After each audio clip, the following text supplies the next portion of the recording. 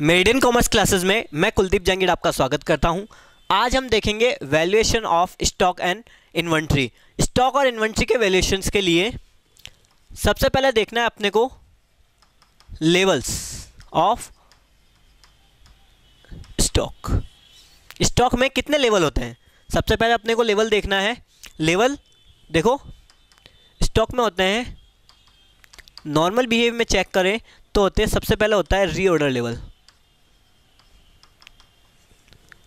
Then होता है minimum stock level, then होता है maximum stock level.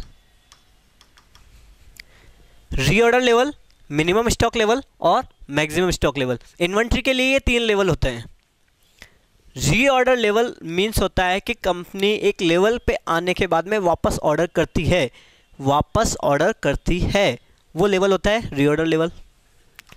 Minimum stock level कि कंपनी के स्टॉक में इससे कम नहीं होना चाहिए, ये मिनिमम स्टॉक लेवल है, इससे कम कंपनी का स्टॉक नहीं जाना चाहिए।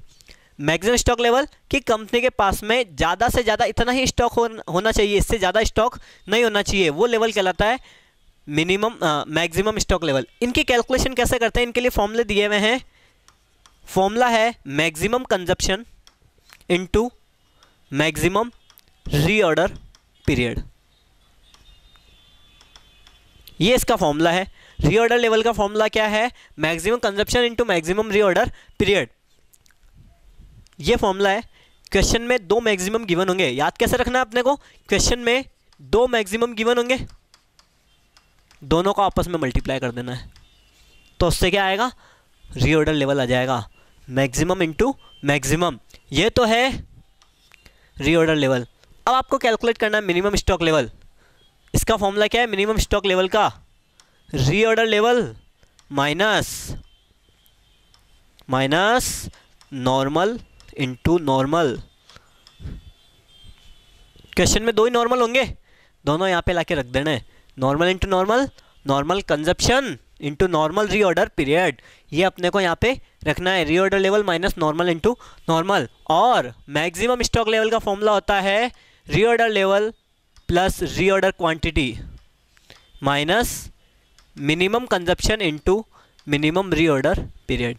ये 3 लेवल के ये 3 फॉर्मूले हैं, maximum into maximum, reorder level minus normal into normal, reorder level plus reorder quantity minus minimum consumption into minimum reorder period, ये 3 लेवल हैं। फिर अगर क्वेश्चन में आपको एवरेज लेवल पूछता है, क्या पूछता है क्वेश्चन में, आपको एवरेज लेवल पूछता है कि एवरेज स्टॉक लेवल बताओ, तो एवरेज कैसा आता है, ओपनिंग प्लस क्लोजिंग अपॉन में 2। यहाँ पे कैसे आएगा कि minimum stock level plus maximum stock level upon में 2, इससे आएगा एवरेज स्टॉक लेवल।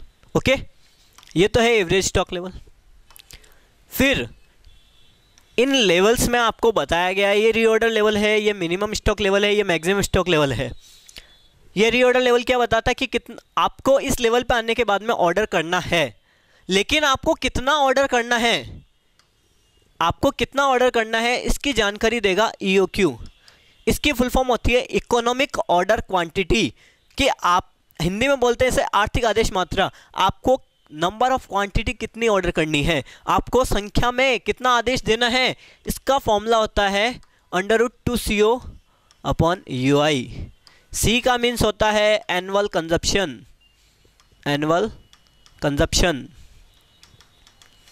O का मतलब होता है per unit order cost, U का मतलब होता है पर यूनिट कॉस्ट,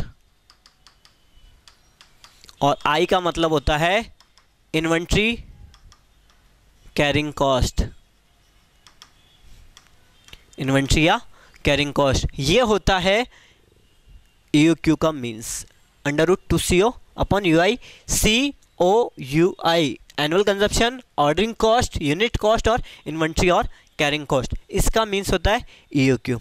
ओके, अब आपने अभी अभी देखा है रीऑर्डर लेवल, ठीक है, minimum stock level, maximum stock level. Maximum into maximum. इसके साथ आपने EOQ भी चेक कर लिया। आर्थिक आदेश मात्रा कितना ऑर्डर करना है, नंबर ऑफ ऑर्डर आपको ये बता देंगे कि आपको ऑर्डर कितना करना है, क्वांटिटी क्या है, नंबर ऑफ ऑर्डर कितना, संख्या में ऑर्डर कितना करना है, 300 क्वांटिटी मंगवानी है, 500 क्वांटिटी मंगवानी है, 600 मंगवानी है, वो बताता है आपको EOQ। फिर अगर क्वेश्चन में आपको पूछा जाता है टोटल कॉस्ट या टोटल परचेज कॉस्ट, तो आपको कैसे कैलकुलेट करना है इसे देखिएगा। टोटल कॉस्ट या टोटल परचेज कॉस्ट कैसे कैलकुलेट करना है आपको। टोटल कॉस्ट का फॉर्मूले में सबसे पहले आपको रखना है परचेज कॉस्ट, देन आफ्टर आपको रखना है ऑर्डर कॉस्ट, देन आफ्टर आपको रखना है carrying cost. Purchase cost, order cost और कैरिंग कॉस्ट। परचेज कॉस्ट का जो फॉर्मूला होता है वो सिंपल सा फॉर्मूला है C इंटू यू। C का मीन्स आपने अभी देखा है एनुअल कंजप्शन, U का मीन्स आपने देखा है per unit cost. C into you purchase cost का फॉर्मूला होता है। ऑर्डरिंग कॉस्ट का फॉर्मूला होता है C अपॉन में EOQ इंटू O, ये होता है ऑर्डरिंग कॉस्ट का फॉर्मूला। और कैरिंग कॉस्ट का फॉर्मूला होता है EOQ अपॉन में 2 plus safety stock into UI। Safety stock, company कितना सेफ में बचा के रखती है, कितना रिजर्व में बचा के रखती है, वो कहलाता है सेफ्टी स्टॉक। ओके, इस तरीके से निकालनी है आपको टोटल कॉस्ट। और कंपनी को पूछा जाता है कि अगर आप टोटल इन्वेंट्री कॉस्ट बताओ, टोटल इन्वेंट्री कॉस्ट बताओ, तो आपको ये दो रखने हैं, ऑर्डर कॉस्ट और कैरिंग कॉस्ट। इन दोनों को जोड़ लेंगे तो टोटल इन्वेंट्री कॉस्ट आ जाएगा। ठीक है, ये आपके टोटल इन्वेंट्री कॉस्ट था। ओके, ये इन्वेंट्री कॉस्ट हो गया। आपके टोटल कॉस्ट की कैलकुलेशन आपने कर ली कि टोटल कॉस्ट में 3 फॉर्मूले, परचेज, ऑर्डर और कैरिंग कॉस्ट। इनके भी पर्टिकुलर फॉर्मूले हैं, ये फॉर्मूला आपको याद करना है। ये फॉर्मूला याद कर लिया, ये इन्वेंट्री का चैप्टर बिल्कुल यहीं पे ख़त्म हो जाएगा, आगे आपको करने की ज़रूरत नहीं है। ठीक है, ये तो है टोटल कॉस्ट। अब अपने को आगे देखना है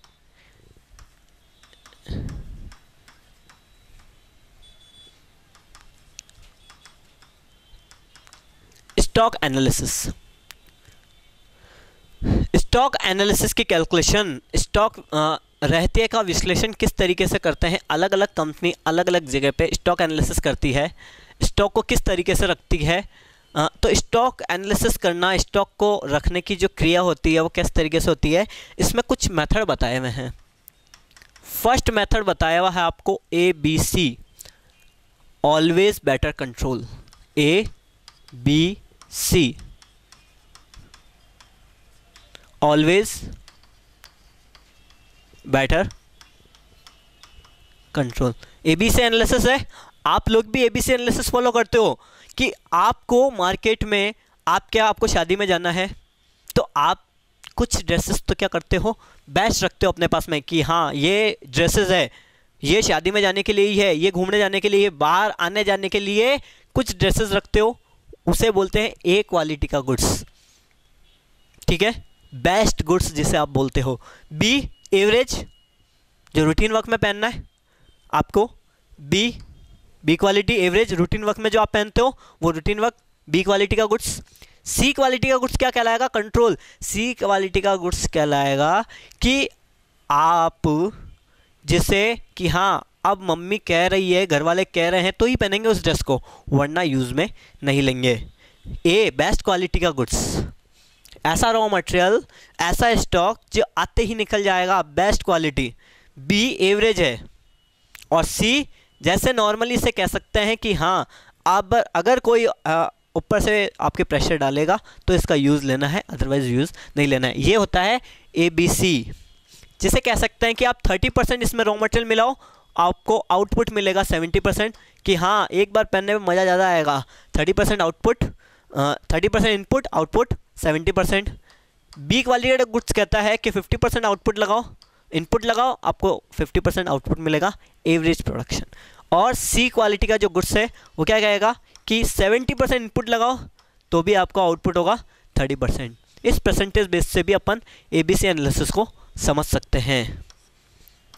देन आफ्टर होता है VED, vital, essential, desirable.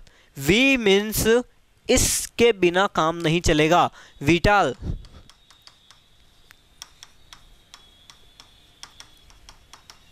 Essential, desirable. VED, V means इस प्रोडक्ट के बिना आपके काम नहीं चलेगा। विटाल, जैसे सिलाई मशीन की सुई, सिलाई मशीन की सुई होती है, उसके बिना आप सिलाई नहीं कर सकते हो, वो है विटाल। ठीक है। एसेंशियल, कि उस सिलाई मशीन में आप कितना ऑयल यूज़ ले रहे हो, कि आप अगर ऑयल लगाओगे तो अच्छी चलेगी और ऑयल नहीं लगाओगे तो थोड़ी सी हार्ड चलेगी, लेकिन हाँ आपका काम नहीं रुकने वाला है। ठीक है। और डिज़ायरेबल, उस सिलाई मशीन का कवर लगाओगे तो भी ठीक है, नहीं लगाओगे तो भी ठीक है। तो इस तरीके का VD स्टॉक में होता है कि V मतलब उसके बिना काम नहीं चलेगा, E कि हाँ कुछ समय तक वो काम आप टाल सकते हो, और डिज़ायरेबल फिक्स है, लगाओ तो भी ठीक है, नहीं लगाओ तो भी ठीक है। ठीक है। फिर है FS&D। FS&D, F fast, slow, normal, dead stock. Fast, ऐसा गुड्स आते ही निकल रहा है, फैशन वाला प्रोडक्ट, फैशन वाले गुड्स मार्केट में आए और निकल गए। लेटेस्ट मोबाइल पीस जैसे ही मार्केट में आता है तुरंत सेल आउट। स्लो, बहुत पुरानी चीज़ हो गई, धीरे धीरे हाँ कभी कोई कस्टमर आ जाता है तो आ जाता है, वो स्लो स्टॉक। नॉर्मल, एवरेज है, ये चल रहा है, नॉर्मल स्टॉक कहलाया। और डेड, अब तो कोई लेना ही नहीं आता है ऐसे माल को, डेड स्टॉक कहलाएगा। बस अब उससे आप 100 रुपये के गुड्स को 10 रुपये में दोगे, वो डेड स्टॉक कहलाएगा। FS&D, ये स्टॉक एनालिसिस है, स्टॉक को रखने के तरीके हैं। 3 टेक्निक्स आपको बताई गई है आपके यहाँ पे। ठीक है। स्टॉक एनालिसिस, ये टेक्निक्स आपके बताई गई है, ABC, VD, FS&D, ये आपके टेक्निक्स बताई गई हैं। ओके।